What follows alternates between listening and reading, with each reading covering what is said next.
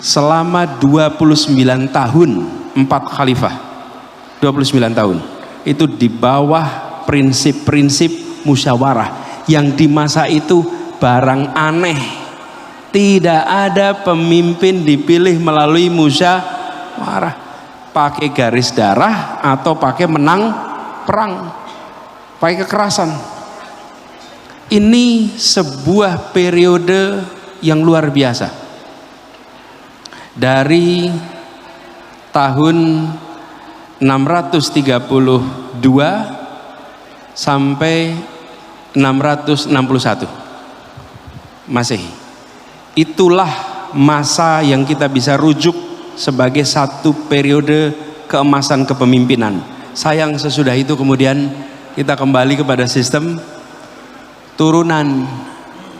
Kembali pada sistem turunan. Sebelumnya tidak. Dan inilah periode yang harus kita pelajari bersama. Nah, hari ini terjemahannya beda-beda. Gitu ya, Bang Afif ya. Termasuk periodenya Umar bin Abdul Aziz ya. Semua. Nah, ini salah satu contoh. Umar bin Abdul Aziz itu salah contoh.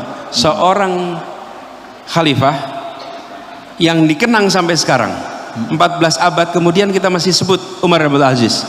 Hanya 3 tahun memimpin. Itu dia. Umar bin Abdul Aziz diingat 14 abad padahal hanya menjabat selama hampir 3 tahun. Tidak sampai 3 tahun. Jadi dia tidak butuh 2 periode. Dia tidak butuh 3 periode. Nggak butuh. Karena dia tahu bukan masa jabatan yang menentukan, tapi perbuatan kepemimpinan yang membuat dia dikenang sepanjang perjalanan manusia. Dan dikenangnya bukan karena barang yang ditinggalkan. Ada bangunan yang ditinggalkan? Ada. Jembatan? Enggak. Wis nyebutnya tol itu loh. Zaman itu belum ada cepet tol. Banget kalau begitu ya. Oke. Ya. Nah, itu contoh bagaimana kepemimpinan itu bisa dikenang sepanjang masa. Dinasti itu terjadi bukan hanya di politik, bahkan di dunia stand up komedi. Dan gue ngerasain sendiri. Lu tahu pelakunya siapa? Panji Pragiwaksono. Gua komika kabupaten, Bang. Gua setiap hari open mic keliling-keliling ikut lomba. Bahkan gue perempuan pertama yang punya stand up tour di Indonesia. Gue berharap setelah perjuangan itu gue bisa ada di titik jadi line up stand upers. Lu tahu yang jadi line up istrinya Panji?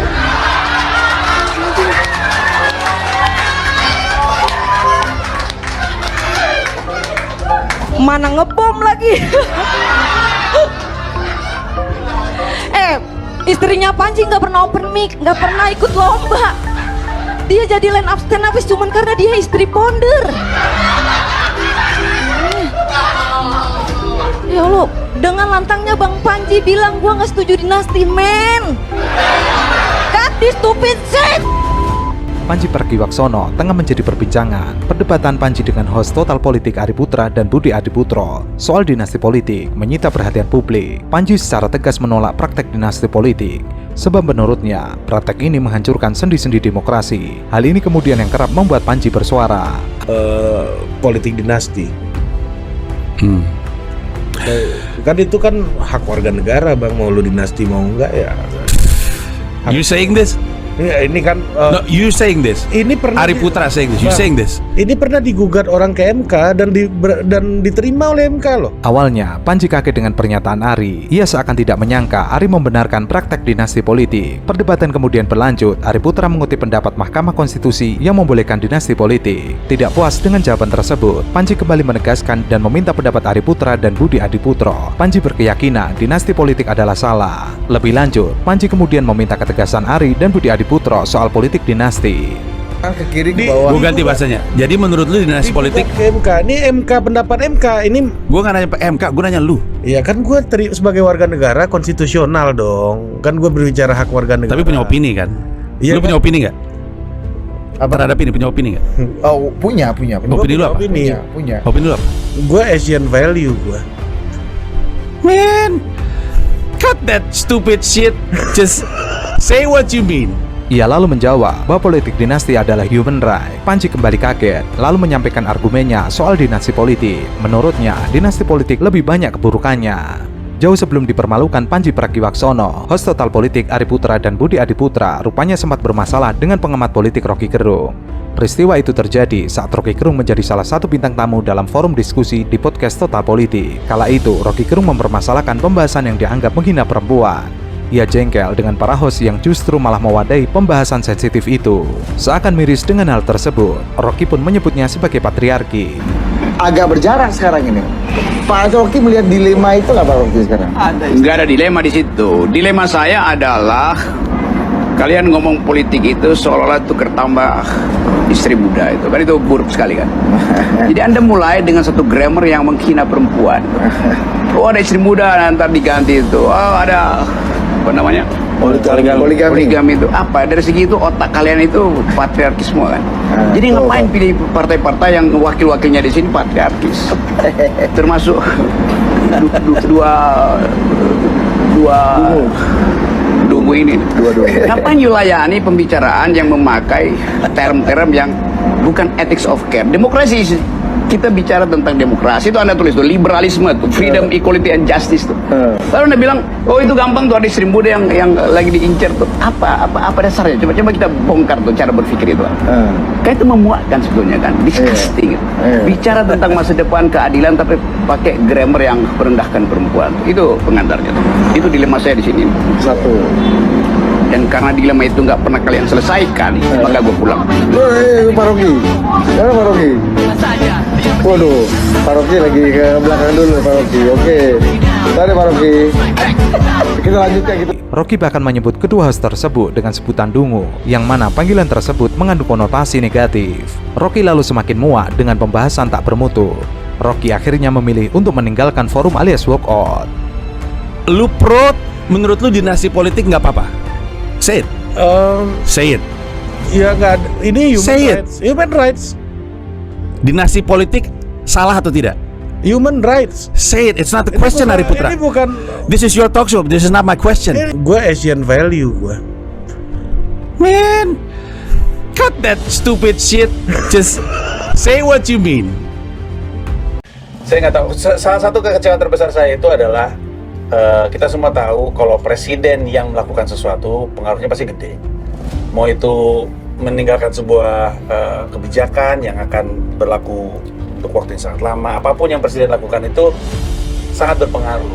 Jadi saya khawatir kalau dari level presiden itu dinilai oleh publik ikut melakukan praktek dinasti politik dengan anaknya yang jadi wakil presiden dan dibantu dengan berbagai macam cara dan upaya. Karena kalau misalnya presiden aja melakukan tindakan seperti itu, orang akan bilang, terutama dinasti-dinasti politik di kabupaten, di sejumlah daerah akan bilang, presiden aja bisa, kenapa saya enggak? Sementara banyak rakyat di Indonesia tahu dampak dari dinasti politik di daerahnya mereka. Ada banyak banget daerah, dan terbukti yang kakaknya kena ditangkap, adiknya kena ditangkap, suaminya kena ditangkap, ganti sama istrinya kena juga.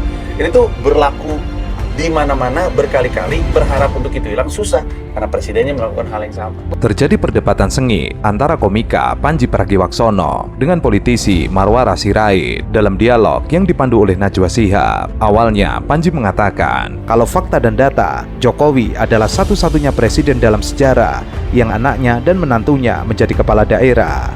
Panji lalu melanjutkan, jika ada yang bertanya salahnya di mana politik dinasti, itu kan dipilih oleh rakyat. Panji lalu menjawab, Jokowi punya anak di eksekutif dan legislatif, lalu omnya di yudikatif. Artinya Jokowi punya perwakilan semua orang di trias politika, eksekutif, legislatif, dan yudikatif. Hal ini yang bisa menjadi pertanda bahwa Jokowi ingin mengubah negara demokratis ke dalam negara kerajaan.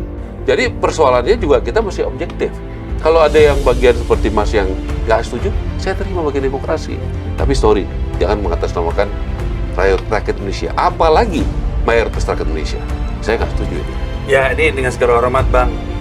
Bagi demokrasi beda pendapat. Saya dengar Abang sering banget menggunakan banyak yang suka, seakan-akan itu hal yang menggambarkan kebenaran gitu. Karena kalau banyak percaya. Enggak. Tidak percaya. Saya tidak percaya. Kenapa? Nah, Banyak yang percaya, karena pertanyaannya adalah percaya nggak? Oke, banyak yang percaya, banyak yang suka, apapun itu, likability, electability, apapun itu. Ya. Kalau banyak yang suka, banyak yang percaya jadi patokan, saya khawatir karena banyak yang suka, banyak yang percaya, banyak yang mengkonsumsi, banyak yang memilih. Tidak berarti apa-apa. Dengan segala hormat, Bang, situs paling banyak disukai di Indonesia adalah situs porno. Itu tidak menggambarkan apa-apa. Dipercaya. Ia lalu bercerita, setiap ada orang yang mempertanyakan politik dinasti keluarga Jokowi, salahnya di mana? Ia pasti ketawa. Inilah bukti politik dinasti di dalam negara demokrasi. Menurutnya, yang membuat masyarakat kecewa adalah cara-cara Jokowi membangun dinasti seperti sekarang ini. Kalau seumpama Jokowi kecewa menjadi korban dinasti keluarga Soekarno, solusinya jangan bikin dinasti tandingan. Jika Jokowi melihat jeleknya dinasti dari Soekarno, Megawati hingga ke Puan, masa solusinya adalah membuat dinasti yang baru? Indikasi Jokowi membangun dinasti itu faktanya sudah kebanyakan. Dari mengizinkan anaknya yang 2 hari baru masuk PSI langsung menjadi ketua umum. Ya mungkin dipercaya, saya nggak tahu apakah dia dipercaya. Makanya karena kamu nggak tahu, saya kasih tahu ukurannya percaya. Kita nggak bisa benar-benar mengambil itu kalau misalnya Kamu nggak ada. lihat, kamu juga termasuk yang nggak percaya sama survei berarti? Enggak, saya nggak tahu Saya nggak ketika betul, orang terpilih, saya nggak tahu ketika Gibran terpilih adalah karena dipercaya atau karena disukai atau karena percaya pada bapaknya. Itu yang saya nggak tahu. Dipercaya. Datanya jelas, tadi saya bilang sama anak-anak, buka kok datanya semua survei. Jauh di atas Mahfud, Pak Mahfud, dan jauh di atas Mas Muhaimin. Itu jelas kok orang. Kalau ada bagian-bagian yang nggak setuju, yang memang nggak terima, itu bagian aja. Tapi jangan klaim mayoritas rakyat Indonesia. Banyak orang khawatir dengan cara Jokowi melanjutkan kekuasaan. Sekarang ini, masyarakat dipertontonkan dengan cara terbuka memihak kepada salah satu paslon, yaitu Prabowo. Jokowi mungkin tidak ngomong, tapi etikanya, jika Firly Bahuri saja sebagai ketua KPK tidak akan bertemu dengan siapapun yang sedang berkasus, kenapa logika itu tidak bisa diterapkan ke presiden yang bertemu dengan capres yang sedang berkontestasi pilpres? Ini nggak ada kaitannya dengan popularitas dan elektabilitas kan? You jelaskan ke masyarakat dong. Kalau Anda berkeyakinan kayak begitu, kamu punya banyak forum, banyak pengikut. Yakinkan masyarakat dengan pendapat kamu berdua. Supaya rakyat juga jadi nggak milih Prabowo sama Gibran. Kan gitu juga. Selama ini bukannya begitu. Iya, dan Tapi kan rakyat tetap percaya sama Prabowo Gibran juga. Berarti nggak percaya sama kamu gitu loh. belum. Udahlah. Kamu kan udah lakukan Proses iya. Nanti kamu coba lagi, makanya lebih sering lagi ke publik gitu loh. Rencananya begitu. Ya, supaya rakyat percaya dengan pandangan sampai kamu. hari begini. Sampai hari Tahun ini. depan. Nah, sampai hari ini rakyat nggak percaya sama kamu. Gitu. Kalau saya sih ngeliat Ada gitu. Dia kan salah ya menilai apa yang Iya, saya sampaikan. iya. Justru kita senang. Justru saya nurut sama abang. Abang kan nyuruh saya turun. Saya berencana seperti Kamu itu. sudah turun, tapi lebih rajin lagi. Ini gimana? Tidak ada satu, ini kita ngomong fakta aja bang. Tidak ada satupun pelawak dalam sejarah Republik ini yang bikin pertunjukan tunggal lebih banyak daripada saya. Tidak ada.